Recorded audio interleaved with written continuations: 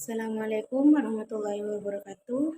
Saya Fitri Ayu Lendari, NPM 72021373.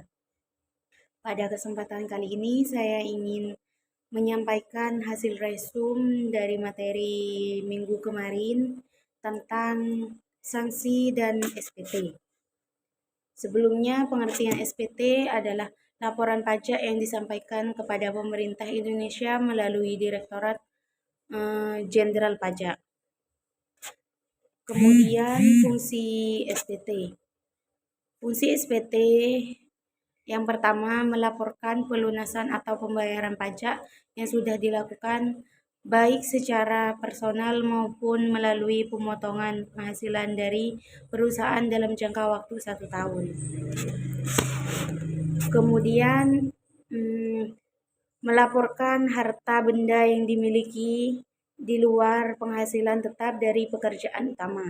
Dan yang terakhir, melaporkan penghasilan lainnya yang termasuk ke dalam kategori objek pajak maupun bukan objek pajak. Kemudian jenis-jenis SPT. Di sini ada 2 jenis SPT. Yang pertama SPT tahunan. SPT tahunan itu merupakan laporan pajak yang disampaikan 1 tahun atau tahunan baik oleh wajib pajak badan maupun wajib pajak pribadi yang berhubungan dengan perhitungan dan pembayaran pajak penghasilan, objek pajak penghasilan atau bukan objek pajak penghasilan. Kemudian ada SPT masa di mana di Indonesia terdapat 10 jenis SPT masa yang mana SPT masa tersebut dinamakan berdasarkan nomor pasal di mana aturan pajak tersebut diatur. Tata cara penyelesaian batas waktu penyampaian SPT. Yang pertama, tempat penyetoran. Di sini tempat penyetoran tersebut kantor pos atau bank persepsi yang telah ditunjuk menggunakan surat setoran pajak atau SSP. Kemudian tempat pelaporan. Di sini bisa kantor pajak domisili atau lokasi WP. Kemudian sanksi terlambat setor dan terlambat lapor SPT. Terlambat bayar atau setor, sanksinya itu sanksi administrasi bunga 2% sebulan, maksimum 24 bulan. Jika terlambat lapor, sanksinya administrasi denda. SPT masa 50.000 per SPT, SPT tahunan 100.000 per SPT. Kemudian pembetulan SPT. Yang pertama, SPT telah disampaikan. Yang kedua, SPT telah diperiksa tetap belum dilakukan tindakan penyelidikan mengenai adanya ketidakbenaran yang dilakukan oleh WP sebagaimana dimaksud dalam pasal 38.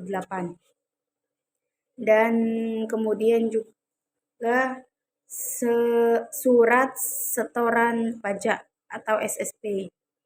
SSP adalah bukti pembayaran atau penyetoran pajak yang telah dilakukan dengan menggunakan formulir atau telah dilakukan dengan cara lain ke kas negara melalui 4 pembayaran yang ditunjuk oleh Menteri Keuangan. Bentuk formulir SSP ini sesuai dengan Peraturan Direktur Jenderal Pajak Nomor per 38 PJ 2009.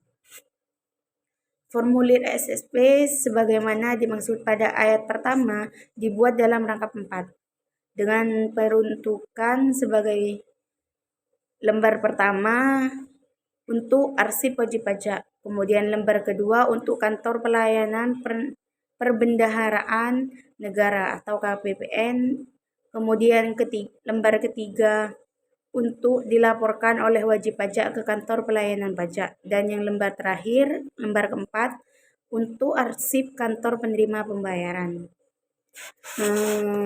Wajib pajak dapat mengadakan sendiri formulir SSP dengan bentuk dan isi sesuai dengan formulir SSP. Satu formulir SSP hanya dapat digunakan untuk pembayaran satu jenis pajak dan untuk satu masa pajak atau 1 tahun pajak, atau surat ketetapan pajak, atau surat tagihan pajak dengan menggunakan satu kode.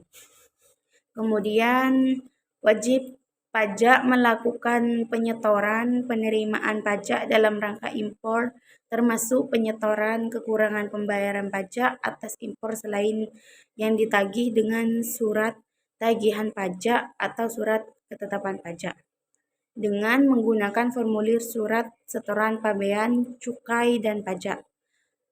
Kemudian, batas akhir untuk SPT tahunan, PPh, WP, OP.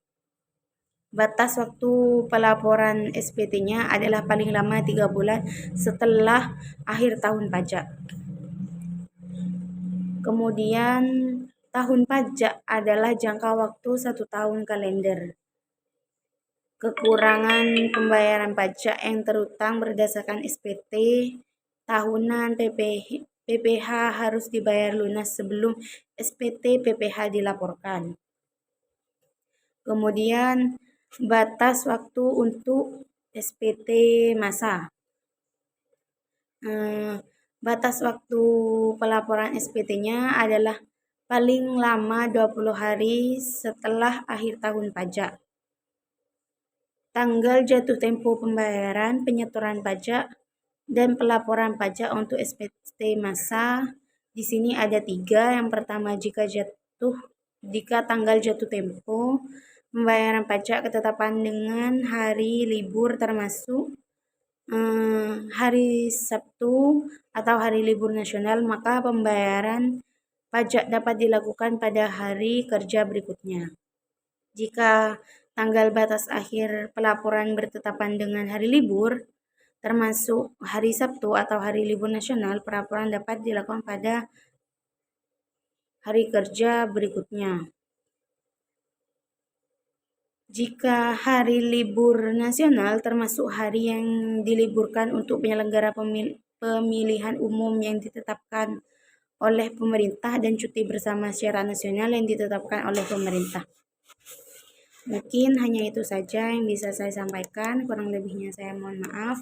Wallahul muwaffiq ila aqwamit thoriq. Wassalamualaikum warahmatullahi wabarakatuh.